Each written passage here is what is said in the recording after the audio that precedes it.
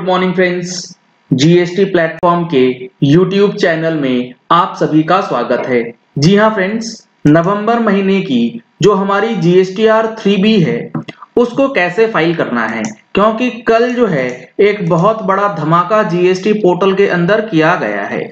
आज मैं आपको जीएसटीआर 3B जो हमारा नवंबर महीने का है उसके अंदर किस चीज का आप ध्यान रखेंगे और किस तरीके से आप फाइलिंग करेंगे वो बताने वाला हूं। ये आप देख रहे हैं, मैंने नवंबर महीने की जीएसटीआर 3B ओपन करी हुई है। आप यहां पर देख पा रहे हैं मैंने लिखा है फाइल्ड, मतलब ये 3B ऑलरेडी फाइल्ड है नवंबर महीने की। अब इसके अंदर चलते हैं और इसके अंदर मैं आपको चीजें दिखाता हूं जो कि फाइलिंग करने के लिए किए गए हैं। यहां पर आप देख रहे हैं लाल और ब्लू दो कलर दिखाया गया है टाइल्स में। लाल टाइल्स का मतलब है कि इसके अंदर जो फिगर्स है वो ऑटो पॉपुलेटेड डेटा और फीडेड डेटा के अंदर डिफरेंस है।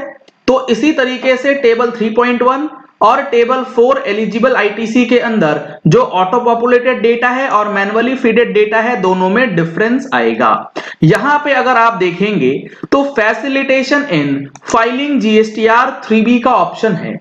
अब यहां पे क्या चीजें बताई गई है ये ध्यान से समझिए। The tax payer who have opted to file GSTR 1 on monthly basis, यानी कि सेल्स के लिए अगर आप जीएसटीआर 1 मंथली फाइल करते हैं तो आपका जो टेबल 3.1 है ये भी ऑटो पॉपुलेट हो जाएगा। जी हां फ्रेंड्स, सिर्फ आईटीसी ही नहीं, टेबल नंबर 3.1 यानी कि सेल्स वाला अमाउंट भी ऑटो पॉपुलेट होगा अगर आप अपनी जीएसटीआर 1 फाइल कर चुके हैं। आप यहां पर एक नोट देखेंगे, this summary is generated for information and guidance purpose only, please correct the values after due verification. यहां पे जो डेटा दिखाए जाएंगे वो सिर्फ और सिर्फ आपको डिस्क्लोजर के लिए है, आप उसे सही कर सकते हैं आफ्टर वेरिफिकेशन। अब चलते हैं पहले टेबल 3.1 में। आप देखेंगे टेबल 3.1 में जैसे ही आप जाएंगे और जो हमारा आउटवर्ड सप्लाई वाला टेबल है इसके ऊपर आप कर्सर रखेंगे तो आपको योर अमाउंट और सिस्टम कंप्यूटेड अमाउंट दो फिगर्स दिखा दिए जाएंगे। दो फिगर्स क्यों? क्योंकि एक फिगर वो है जो हमने डाला है और एक फिगर वो है जो कि सिस्टम ऑटोमेटिकली जीएसटीआर 1 से उठा रहा है। तो इस सिचुएशन में आप देख पाएंगे 3.1A के अंदर जो हमारा टैक्सेबल वैल्यू था 24,51,830 रुपए, वो हमारा सिस्टम कंप्यूटेड भी सेम है, तो इसमें कोई दिक्कत नहीं है। टैक्स वाले अमाउंट में भी योर अमाउंट और सिस्टम कंप्यूटेड अमाउंट जो है एग्जैक्टली सेम है। सेंट्रल टैक्स के अंदर भी सेम है, एसजीएसटी के अंदर भी सेम है और सेस के अंदर भी सेम फिगर चला गया, यानी कि इस पर्टिकुलर आउटवर्ड टैक्सेबल सप्लाई में कोई डिफरेंस नहीं है। इसके बाद है अदर आउटवर्ड सप्लाईज निल रेटेड या एग्जेम्प्टेड। इसमें भी आप देखेंगे तो सिस्टम कंप्यूटेड और योर अमाउंट दोनों जो है एग्जैक्टली मैच हो जाता है। अब जो आपकी रिवर्स चार्ज की सप्लाईज है, तो रिवर्स चार्ज की सप्लाईज में जब आप यहां पर देखेंगे तो यहां पर आपको क्या देखने को मिलेगा, यहां पर आप देखिए अगर ध्यान से तो inward supplies liable to reverse charge के कॉलम में हमने अमाउंट डाला है 1,81,200, जबकि सिस्टम कंप्यूटेड 51,502 का है। ये क्यों है अभी बता देता हूं। टैक्स हमने डाला है 4530 और सिस्टम कंप्यूटेड है 1287, सीजीएसटी एंड एसजीएसटी। अब इसके पीछे क्या कारण है? जो रिवर्स चार्ज की लायबिलिटी होती है वो रजिस्टर्ड भी हो सकती है, अनरजिस्टर्ड भी हो सकती है। अगर वो रजिस्टर्ड होगी तो आपका सप्लायर जीएसटीआर 1 में इनवॉइस अपलोड करेगा और जैसे ही वो जीएसटीआर 1 में करेगा आपके 2B में वो अमाउंट जो है रिफ्लेक्ट हो जाएगा।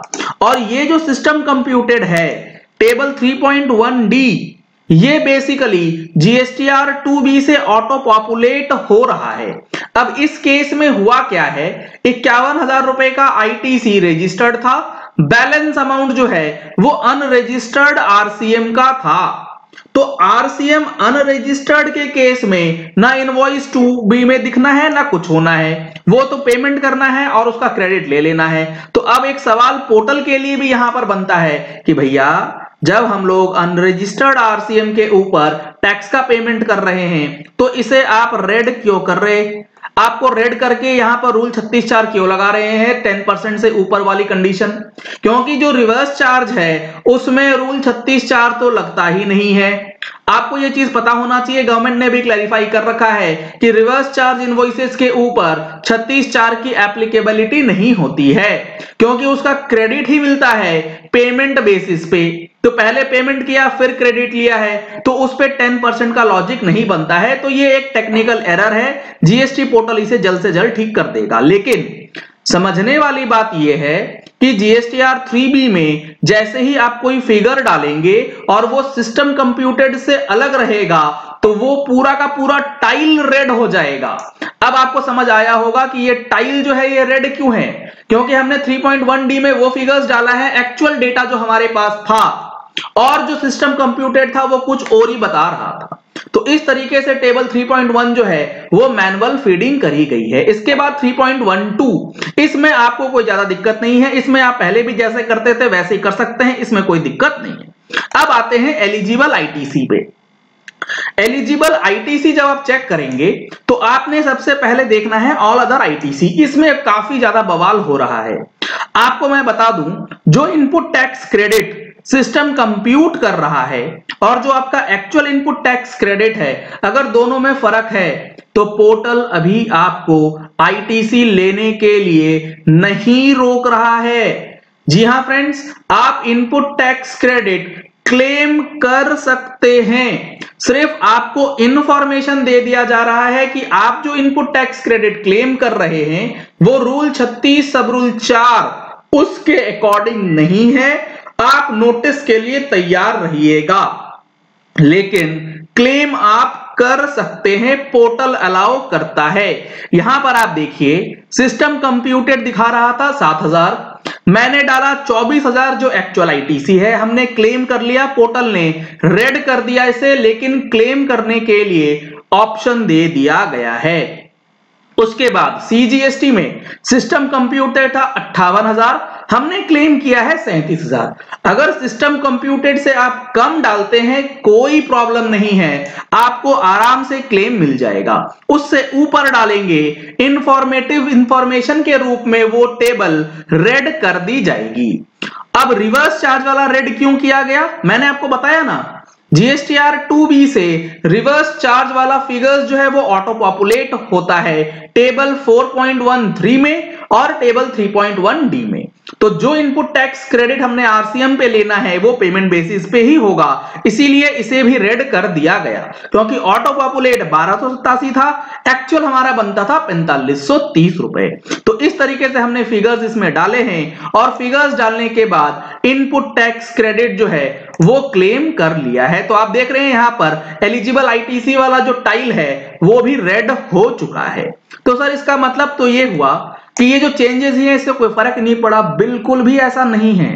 अब आप ये मान के चलिए आपने जैसे ही 3B फाइल किया, इसी केस की अगर मैं बात करूं तो बहुत चांसेस हैं कि अब 3B के नोटिसेस जो हैं वो on the basis of 2B आ जाए कि आपके नवंबर महीने की 2B में ये डेटा था, आपके 3B में ये है, रिकंसिलेशन करके आप बताओ कि आपका ये डिफरेंसेस क्यों है और क्या इसका आपको जवाब देना है। तो इस चीज को अब समझ लीजिए, धीरे धीरे ये अभी अलाउ तो कर रहा है, हो सकता है आने वाले दिनों में ये फाइलिंग ही अलाउड ना हो। अभी तो सिर्फ इंफॉर्मेटिव टेबल्स जो हैं वो रेड कर दी गई हैं, हो सकता है इसे ब्लॉक भी कर दिया जाए क्योंकि आपने 36(4) के रूल को कॉन्ट्रावेन किया है। तो बहुत सतर्क होने की जरूरत है और काफी ध्यान से काम करने की जरूरत है, अदरवाइज बहुत ज्यादा प्रॉब्लम आप लोगों को हो जाएगी। अब एक नया फीचर भी इनेबल कर दिया गया है, कम्युनिकेशन बिटवीन टैक्स पेयर्स। बड़ा गजब का ये इंफॉर्मेशन है, एक्ट में कहां लिखी गई है बातें और क्या इसका रिपरकेशंस होगा ये हमारी अगली वीडियो में मैं आपको एक्सप्लेन करने वाला हूं। तो अगर आपने अभी तक इस चैनल को सब्सक्राइब नहीं किया है तो फ्री सब्सक्रिप्शन है, फ्री सब्सक्रिप्शन के लिए नीचे रेड कलर का सब्सक्राइब बटन है उसे दबा लीजिए, साथ में जो बेल आइकन है उसे प्रेस कर लीजिएगा ताकि वीडियो जैसे ही अपलोड हो नोटिफिकेशंस आप तक पहुंच जाए। चलिए इस वीडियो को यही एंड करते हैं। आशा करते हैं कि आपको जीएसटीआर 3B के अंदर जो ये चेंज हुआ है इसके बाद आप कैसे फाइलिंग कर सकते हैं वो अच्छी तरीके से क्लियर हो गया होगा और किन चीजों का आप ध्यान रखेंगे ये भी अब आपको समझ आ गया होगा। अगर आपने हमारी मंथली टैक्स मैगजीन अभी तक नहीं ली है तो दिसंबर महीने की जो स्पेशल एडिशन है न्यू रिटर्न स्कीम से रिलेटेड उसकी सब्सक्रिप्शन आप ले सकते हैं। कॉल डिटेल्स आपको स्क्रीन पे दिए गए हैं, इन नंबर्स पे कॉल करके व्हाट्सएप करके आप सब्सक्रिप्शन डिटेल्स ले सकते हैं। Thank you and have a nice day.